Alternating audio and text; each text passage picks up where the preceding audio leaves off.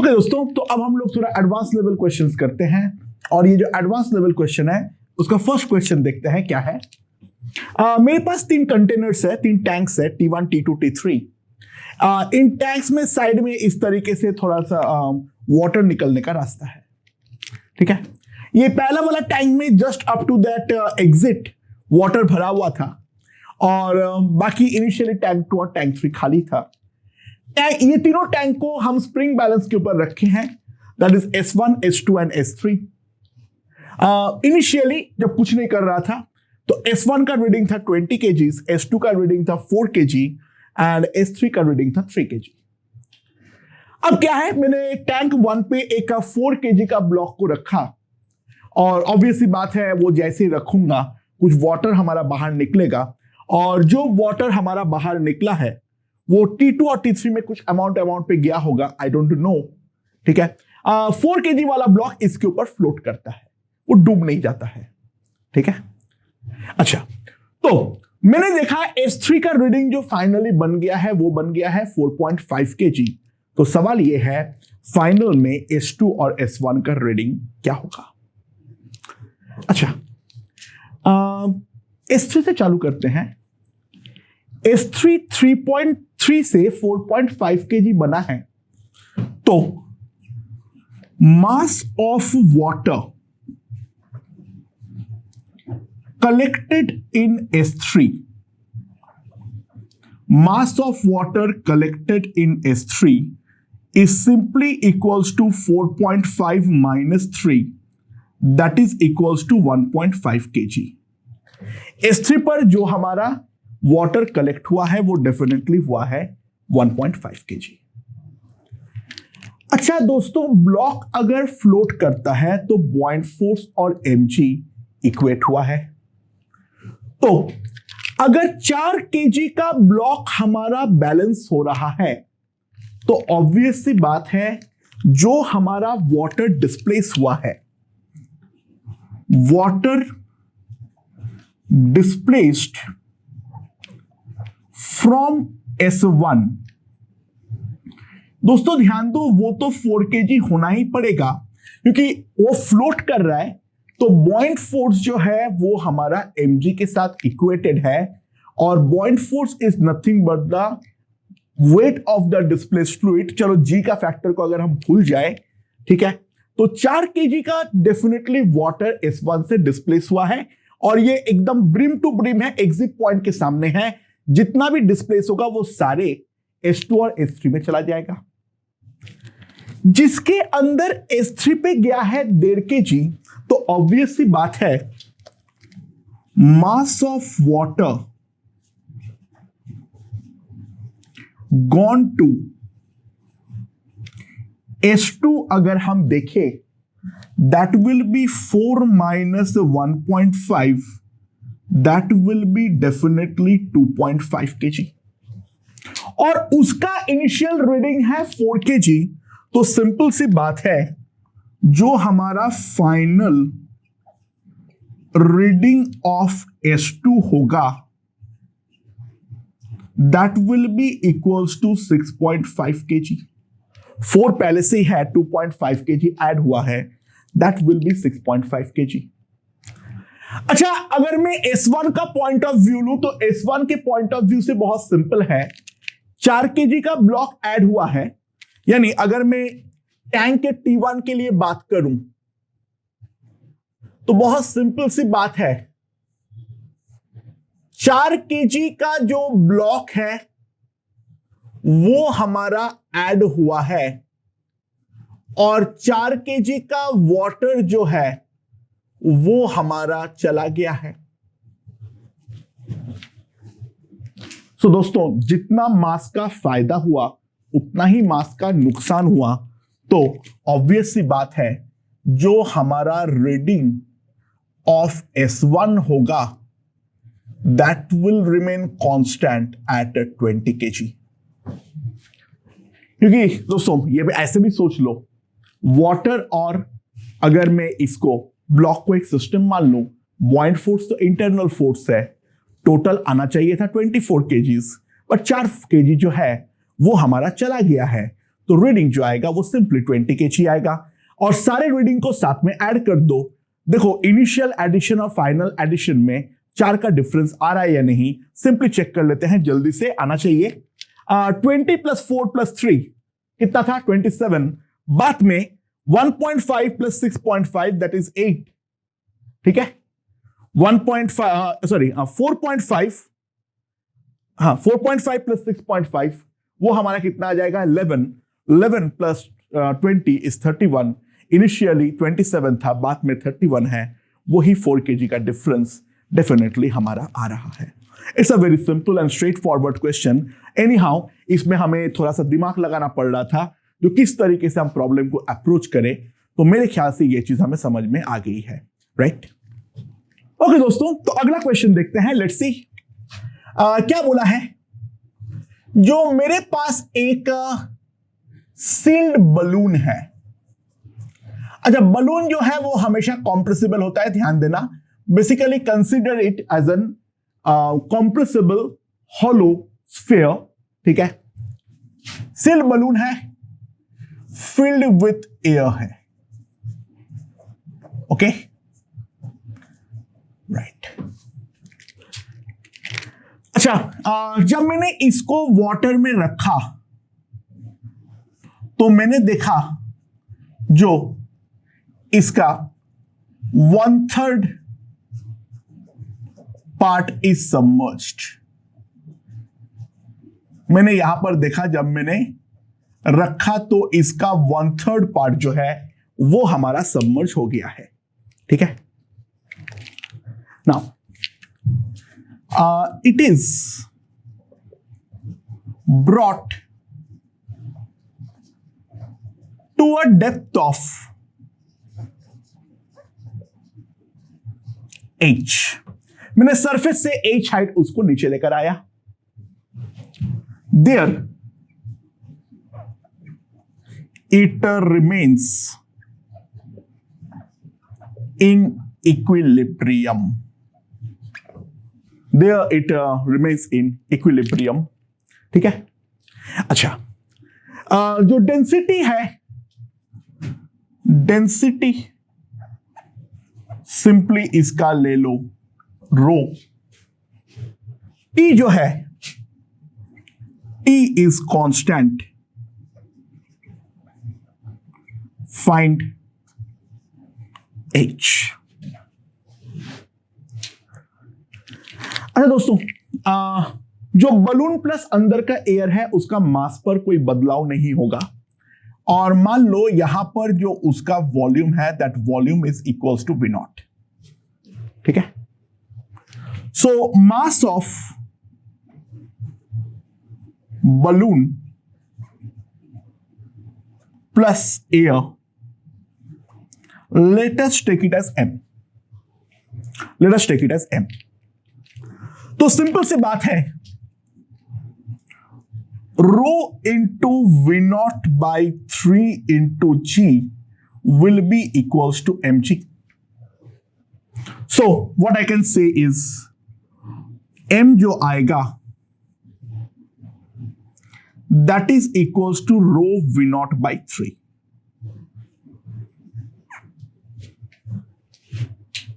ठीक है, अच्छा, जब मैं डेप्थ h पर लेकर जाऊंगा, जब मैं डेप्थ h पर लेकर जाऊंगा तो मेरा प्रेशर बढ़ेगा, तो बलून जो है वो मेरा कॉन्ट्रैक्ट तो करेगा, बट अंदर का मास में कोई बदलाव डेफिनेटली नहीं आएगा। तो at depth h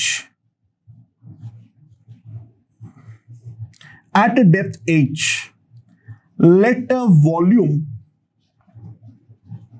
of the balloon equals to V। तो वहां पर जो है हमारा बॉइंट फोर्स और mg इक्वेट हुआ है। So rho Vg must be equals to mg। So simple सी बात है, m जो आ जाएगा that will be equals to rho V।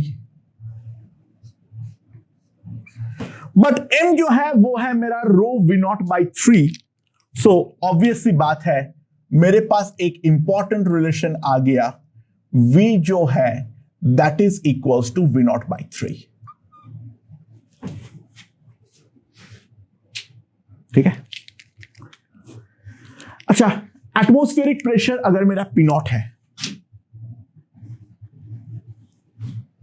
ठीक है, तो यहां पर भी इसका प्रेशर अंदर का पी नॉट है, तो पी इनिशियल जो आएगा वो हम क्या लिख सकते हैं, P initial is equals to P nought, और वी इनिशियल जो है वो है वी नॉट।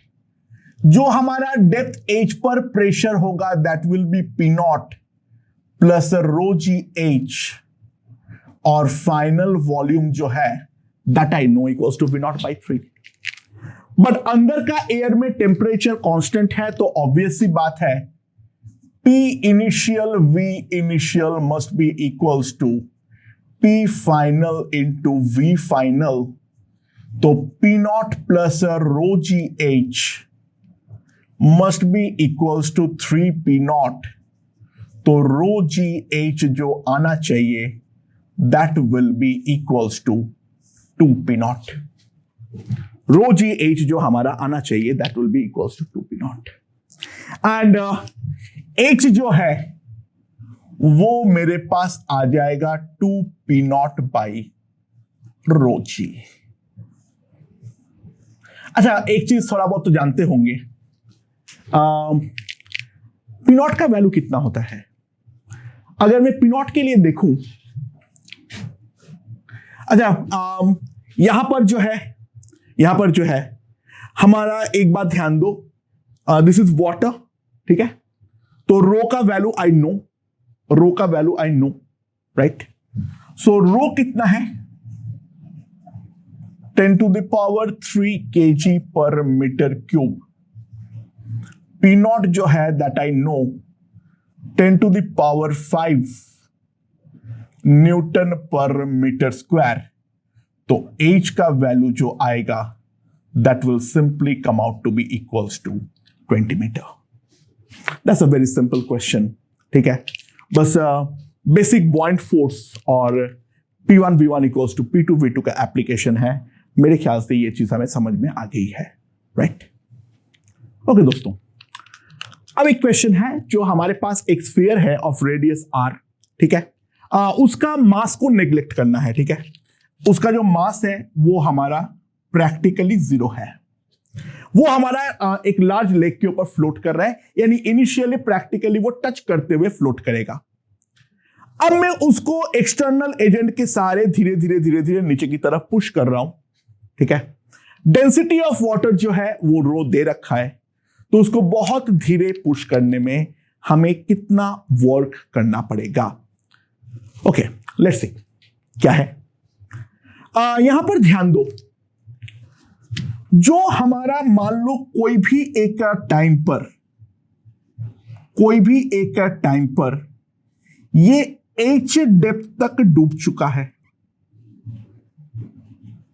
ठीक है, तो जितना वॉल्यूम ये डिस्प्लेस करेगा दोस्तों, ध्यान देना, ये वाला वॉल्यूम जो होगा वो हमारा that will give me the volume of the displace fluid, and उसके करस्पॉन्डिंग हमें बॉइंट फोर्स मिलेगा।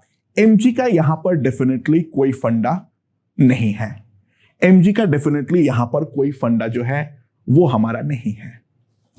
ओके, लेट्स सी इसका वॉल्यूम कितना है। इस वाले का वॉल्यूम v हम किस तरीके से निकाल सकते हैं, लेट्स सी। इसका वॉल्यूम निकालना थोड़ा सा टफ काम है, और टफ इन द सेंस, देख लो यहां पर कोई भी एक का जनरल एक्स पर, सेंटर से जनरल एक्स पर एक का पतला सा टुकड़ा काट लो, ठीक है, ऑफ थिकनेस dx। यहां का रेडियस जो है मान लो that is equals to r, this is capital R, तो R स्क्वायर जो आएगा that will be capital R square minus x square. So इसका जो हमारा वॉल्यूम आएगा दोस्तों dv, that will be equals to pi R square into dx,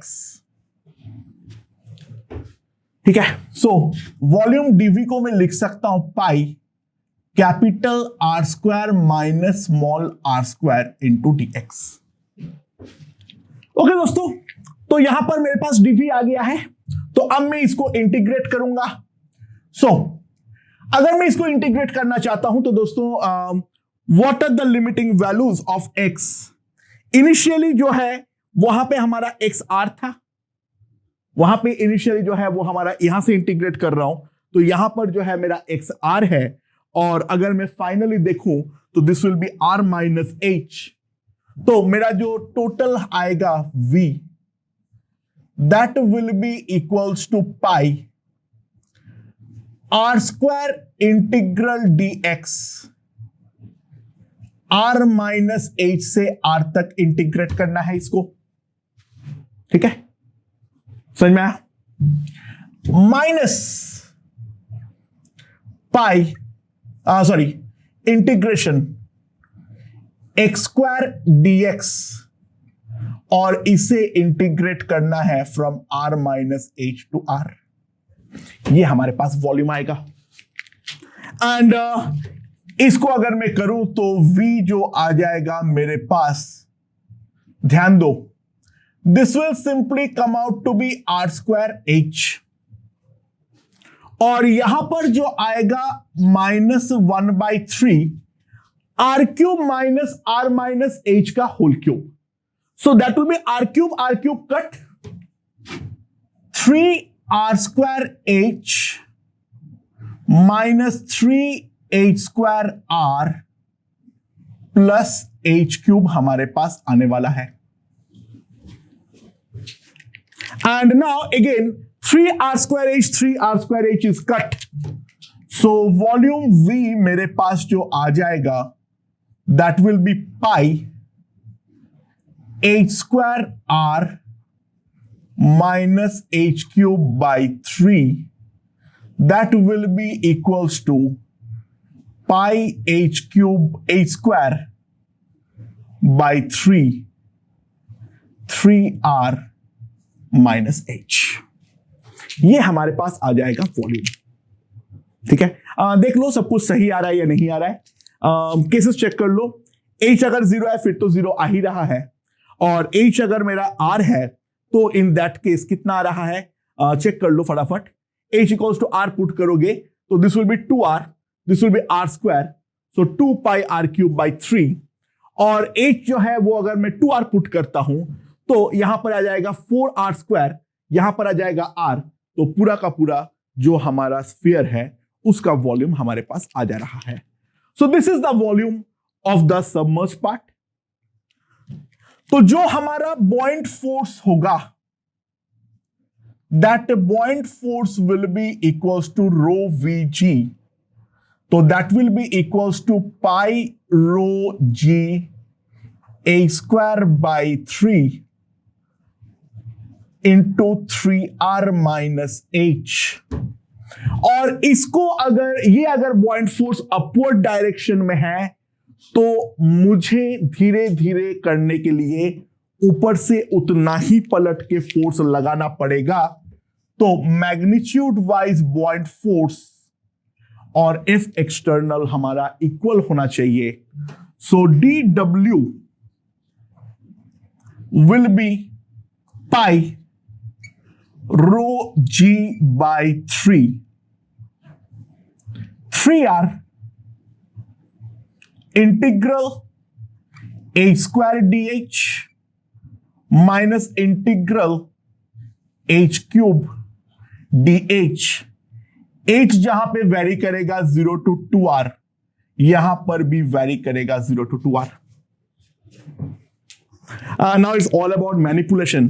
ठीक है, ये करने में ऐसे ही मुझे बहुत ही ज्यादा परेशानी होती है।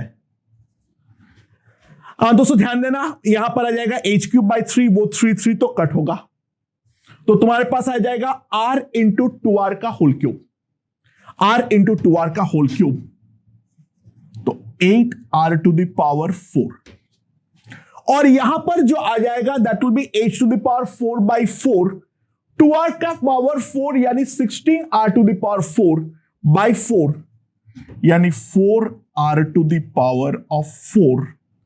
तो that will be equals to 4/3 πr³ rho g into r. So this will be my delta W. ठीक है।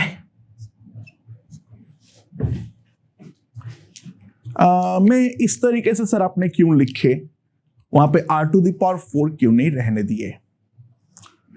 एक्चुअली ये वाले क्वेश्चन में इतना कुछ करने की जरूरत ही नहीं थी। ये वाला आंसर एक्चुअली हम ओरली निकाल सकते थे। ओरली निकालने के बारे में समझो। अच्छा, लेक जो है वो हमारा बहुत बड़ा है, तो जो भी पानी हमारा डिस्प्लेस होगा वो हमारा लेक के सरफेस में पूरी तरीके से फैल जाएगा। यानी हाइट राइज जो होगा उसको हम प्रैक्टिकली नेग्लेक्ट कर सकते हैं। तो भूल जाओ उस फेयर को। जो हमारा ये सरफेस है, यहां पर एक हाइपोथेटिकल वाटर का स्फीयर सोचो of a same radius r and density ρ। जब ये वाला स्फीयर अंदर आएगा तो ये वाला स्फीयर अपनी जगह से हिलके पूरा का पूरा ही ये सरफेस के ऊपर इस तरीके से फैल जाएगा। लेक बहुत बड़ा नहीं होता तो हमें हाइट राइज निकालना पड़ता, बट लेक क्योंकि मैसिव साइज का है तो हम ये वाला चेंज को प्रैक्टिकली नेग्लेक्ट कर सकते हैं। हम मान सकते हैं जो भी पानी बाहर निकला वो हमारा पूरा का पूरा सरफेस में फैल गया है। सो दोस्तों ध्यान दो, अगर मैं इसको रेफरेंस लेवल लेता हूं,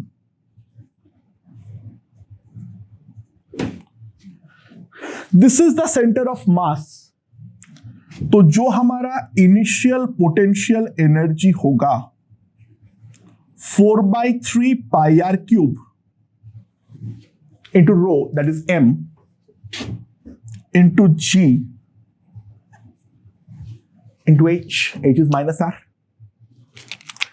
और क्योंकि बाद में पूरा सरफेस में फैल गया है तो इसका जो फाइनल पोटेंशियल एनर्जी होगा वो 0 होगा। क्योंकि इस वाले का तो कोई हमारे पास मास है ही नहीं, ये वाले का तो कोई मास हमारे पास है ही नहीं, तो ऑब्वियस सी बात ये है इसके लिए तो कोई काम करना ही नहीं पड़ेगा। जो भी हमारा वर्क डन होगा that will be simply delta U, that is U final minus U initial. तो वो हम लोग अपने पुराने रिजल्ट पर आ जाते हैं। बहुत बड़ा लेक है तो हमें ये वाले बात का फायदा मिल रहा है, जो वाटर का हाइट राइज जो है उसको हम पूरी तरीके से नजरअंदाज कर सकते हैं। तो इसमें इंटीग्रेशन वगैरह करने की कोई जरूरत नहीं है, मैंने करके दे दिया दिखाने के लिए, जो दोनों से एसेंशियली हमें एग्जैक्टली सेमी रिजल्ट मिलता है। ओके दोस्तों, तो अगला क्वेश्चन देखते हैं। मेरे पास एक सॉलिड कोन है, ये वाला हाइट है h, ये वाला रेडियस है r। जिस मटेरियल से वो बना है उसका डेंसिटी है 2 रो, और जहां पे रो जो है वो उस फ्लूइड का डेंसिटी है जिसके अंदर वो डूबा हुआ है। कोन का जो टिप है और जो फ्लूइड का टॉप लेवल है वो हमारा एक लेवल पे रहता है। यहां पे एक धागे के सहारे ये हमारा बंधा हुआ है। तो सवाल 2 है, पहला धागे में टेंशन कितना है, दूसरा जो स्लैंट सरफेस है इसके ऊपर कितना फोर्स अप्लाई हो रहा है। पहला वाला मेरे ख्याल से बहुत ही ज्यादा आसान है। अगर हम कोन का फ्री बॉडी डायग्राम ड्रॉ करें तो इसके ऊपर क्या क्या फोर्सेस लग रहा है, एक लग रहा है mg, एक लग रहा है बॉइंट फोर्स, और एक लग रहा है टेंशन T। ठीक है। अच्छा, mg का वैल्यू कितना होगा, that will be equals to 1/3 πr² h into 2 rho into g, और उतना ही वॉल्यूम डिस्प्लेस होने वाला है। सो बॉइंट फोर्स जो आ जाएगा मेरे पास that will be equals to 1/3 pi r square h into rho into g. यहां पर इट्स क्वाइट एविडेंट, जो tension plus buoyant force will be equals to mg, यानी टेंशन जो होगा that will be mg minus the buoyant force. So T will simply come out to be 1/3 pi r square rho gh. That's pretty simple and straightforward. अच्छा, लेकिन ये वाले कोन के ऊपर जो हमारा फ्लूइड है, ड्यू टू इट्स प्रेशर, वो इस तरीके से फोर्स जो है वो अप्लाई करेगा। नाउ बाय सिमेट्री इसका हॉराइजेंटल कंपोनेंट तो कैंसिल आउट हो जाएगा, लेकिन जो वर्टिकल कंपोनेंट है वो तो डेफिनेटली रह जाएगा। तो let force on slant surface is equals to F S, और उसका डायरेक्शन जो है वो है मेरा डाउनवर्ड। ठीक है। अच्छा, इसके अलावा फ्लूइड जो फोर्स लगाएगा वो डेफिनेटली कहां पर लगाएगा? इसके फ्लैट सरफेस पे भी लगाएगा। Force on flat surface is equals to F F, और ये लगेगा अपवर्ड। तो अब फ्लैट सरफेस का फोर्स जो लगेगा, नेट फोर्स जो होगा, that will be equals to F F minus F S. और दोस्तों, कोई सॉलिड के ऊपर फ्लूइड जो फोर्स लगाता है वही तो हमारा बॉइंट फोर्स है। सो नेट फोर्स जो होगा this will be equals to buoyant force. अब क्या फ्लैट सरफेस का फोर्स में निकाल सकता हूं? जी हां, बिल्कुल।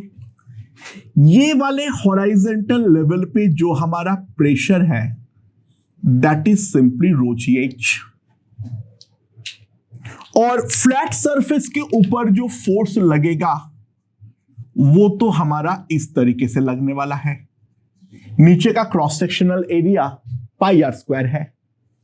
सो जो हमारा फ्लैट सरफेस का फोर्स है, that will be rho g h into pi are square. So जो हमारा स्लैंट सरफेस का फोर्स होगा, that will be the flat surface force pi rho g h r square minus the buoyant force. buoyant force का value मैं जानता हूं 1/3 pi rho g h r square, that is equals to 2/3 pi rho g h r square. This will be the force on the slant surface. मेरे ख्याल से काफी आसान question है, ये हमें समझ में आ गया होगा। एग्जैक्टली वैसा ही एक क्वेश्चन में इसे कंटिन्यूएशन पे लेना चाहता हूं। मैं अलग से नंबरिंग नहीं दे रहा हूं। मान लो यहां पर मेरे पास कोई सिलेंडर है, ठीक है। ये यहां पर सिलेंडर जो है वो भी ऐसे धागे से बंधा हुआ है, और जो हमारा ऊपर का लेवल है लिक्विड का, वो इस सिलेंडर का लेवल के साथ मैच करता है। ये वाला सिलेंडर का जो हमारा हाइट है वो है h, जो रेडियस है वो है हमारा r। तो मैंने अब क्या किया, जो यहां पर एक हेमिस्फेरिकल कैविटी जो है वो काट के मैंने निकाल दिया, ठीक है। यानी इसका नीचे जो है वो हमारा ऐसे हेमिस्फेरिकल कैविटी है, ठीक है, नीचे से ऐसे खाली है। तो ऑब्वियसली फ्लूइड जो है वो ये वाले हेमिस्फेरिकल सरफेस में भी फोर्स लगाने वाला है। ठीक है, तो सवाल ये है फाइंड, ये वाला फोर्स अगर F है तो फाइंड दिस फोर्स F। कैसे करेंगे? Let's see, it's a very simple thing actually. जो मेरा ये हेमिस्फीयर है वहां पर जो लिक्विड है उस लिक्विड का इक्विलिब्रियम के बारे में सोचो। यहां पर जो मेरा लिक्विड आ गया है उसके इक्विलिब्रियम के बारे में सोचो। ठीक है, अच्छा यहां पर कांटेक्ट में तो यही वाला लिक्विड है तो यही फोर्स लगाएगा, तो इसके ऊपर अगर फोर्स F अपवर्ड लग रहा है तो ये इसके ऊपर पलट के डाउनवर्ड उतना ही F लगाएगा। इसके अलावा ये वाले हेमिस्फीयर पे डाउनवर्ड लगने वाला है mg, और बाकी जो लिक्विड का प्रेशर है वो इसके ऊपर फोर्स लगाने वाला है, and that will be pi are square into rho g h. That's the pressure, that's the area. But इसका इक्विलिब्रियम मेंटेन होना चाहिए, तो सिंपल सी बात है F plus 2/3 pi are cube into rho g, that will be equals to pi are square into rho g h. तो force F जो आएगा that will be equals to pi are square rho g by 3, अगर मैं common लेता हूं तो 2r minus 3h। So that will be the value of force. और ये वाला फोर्स जो है न्यूटन्स थर्ड लॉ के अकॉर्डिंग पलट के ये वाले सिलेंडर के इस सरफेस के ऊपर लग रहा है। ठीक है, तो ये एक सिमिलर टाइप ऑफ क्वेश्चन है, मेरे ख्याल से ये हमें समझ में आ चुका है। ओके दोस्तों, तो हम अगला प्रोफाइल देखते हैं। ये वाला प्रोफाइल जो है वो काफी ज्यादा इंटरेस्टिंग है। ठीक है, मैं पहला एक मेन प्रोफाइल कराता हूं और उसके साथ जो कनेक्टेड क्वेश्चंस है वो मैं एक साथ कराऊंगा। काफी इंटरेस्टिंग क्वेश्चन है, ध्यान दो। हमारे पास दो सिलेंडर है, ठीक है, और उन दोनों के नीचे एक होल है। ठीक है, अच्छा एक बॉल जिसका डेंसिटी जो है वो हमारा लिक्विड का डेंसिटी से ज्यादा है, वो नीचे इस तरीके से है, राइट। ये वाले का रेडियस जो है वो है हमारा r, ओके। और ये वाले केस पे यहां पे फ्लूइड जो है वो हमारा हाइट h तक है। फ्लूइड का डेंसिटी है रो और इसका डेंसिटी है सिग्मा, राइट। जो हमारा होल है इसका क्रॉस सेक्शनल एरिया है A। Now in the second case बाकी सब कुछ सिमिलर है, ठीक है। बॉल जो है वो हमारे पास एग्जैक्टली सेम वाला है, जो होल का क्रॉस सेक्शनल एरिया है वो भी हमारा सेम है। तो the same ball is put R and sigma, the hole is A। Fluid जो भरा हूं वो अभी भी रो का ही है। द ओनली डिफरेंस बीइंग यहां पर हाइट जो है that is equals to 2h, that is equals to 2h। अच्छा, तो ये वाले केस पे इसका जो एपरेंट वेट है, इसका जो एपरेंट वेट है वो अगर मेरा W1 है और ये वाले केस में अगर W2 है, तो कंपेयर W1 एंड W2, कौन बड़ा है कौन छोटा है, दोनों में कितना डिफरेंस होगा।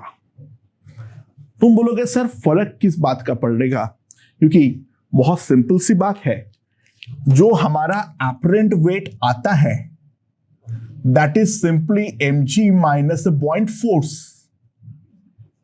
और mg जो है वो तो हमारा सेम ही है, that is 4/3 pi are cube sigma g, और बॉइंट फोर्स जो है वो भी हमारे पास होगा 4/3 पाई आर क्यूब रो जी। तो एपरेंट वेट तो सर दोनों केस में सेम ही होना चाहिए, क्योंकि दोनों पर ही तो mg और बॉइंट फोर्स एग्जैक्टली सेम रखा गया है। दोस्तों यहां पर एक इंपॉर्टेंट चीज है, उस बात पे ध्यान दो। This analysis is completely wrong, क्योंकि ये जो बॉइंट फोर्स है, this बॉइंट force is actually wrong.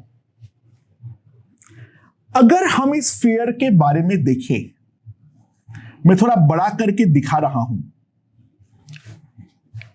तो दोस्तों बाकी इसके पूरे विसिनिटी पे भले ही हमारा फ्लूइड है, मैं मानता हूं, लेकिन यहां पर ए का छोटा सा जगह तो है, इसका रेडियस है r0, ये वाले पे हमारे पास जो है कोई फ्लूइड डेफिनेटली नहीं है।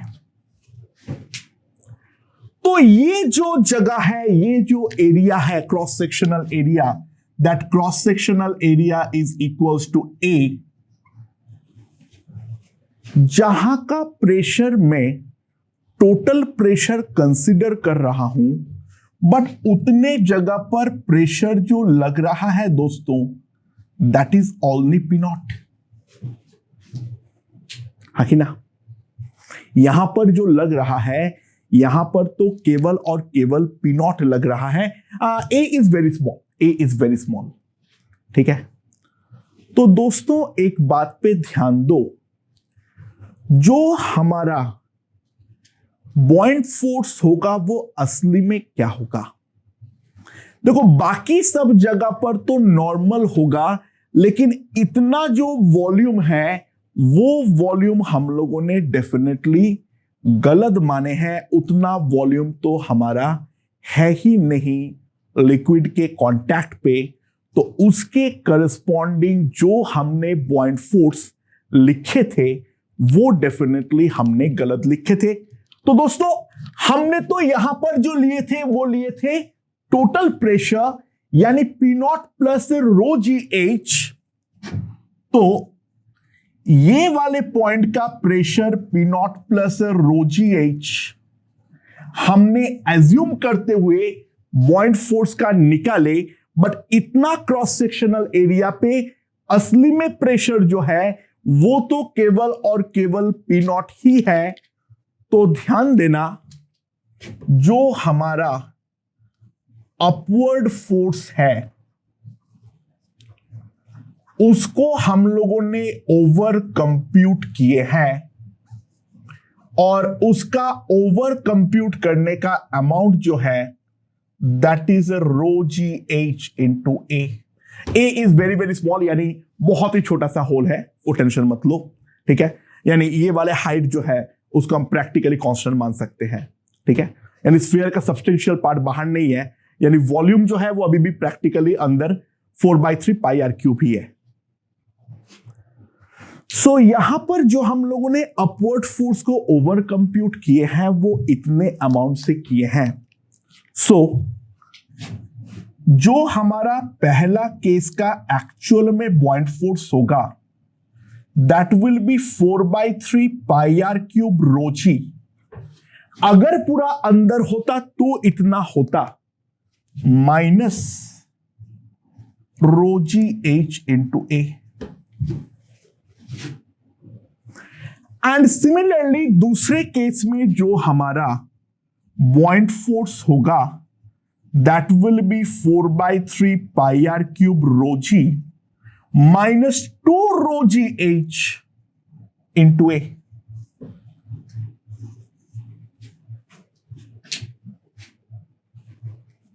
समझ में आया है या नहीं आया है? तो जो हमारा एपरेंट वेट है W1 that will be 4/3 pi are cube sigma minus rho g plus rho g h into a, और दूसरे केस में जो एपरेंट वेट होगा W2 that is 4/3 plus 2 rho g h into a. तो we can clearly see जो दोनों apparent wait हमारा same नहीं होगा, W2 will be greater than W1, और दोनों में जो डिफरेंस होगा that will be rho g h into A. Okay, so this is a very important profile.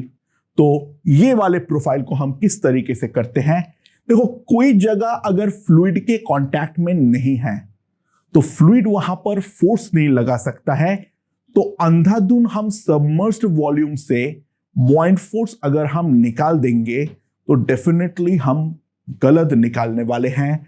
So बॉइंट force का डेरिवेशन याद करो, वहां पर हम लोगों ने हर जगह पे लिक्विड के मतलब फ्लूइड के कांटेक्ट जो है वो हमने एज्यूम किए थे। तो दोस्तों यहां पर कितने जगह पर हमारा कांटेक्ट नहीं है, उतने जगह की जो कंट्रीब्यूशन है वो डेफिनेटली हमें नेग्लेक्ट करना पड़ेगा, राइट?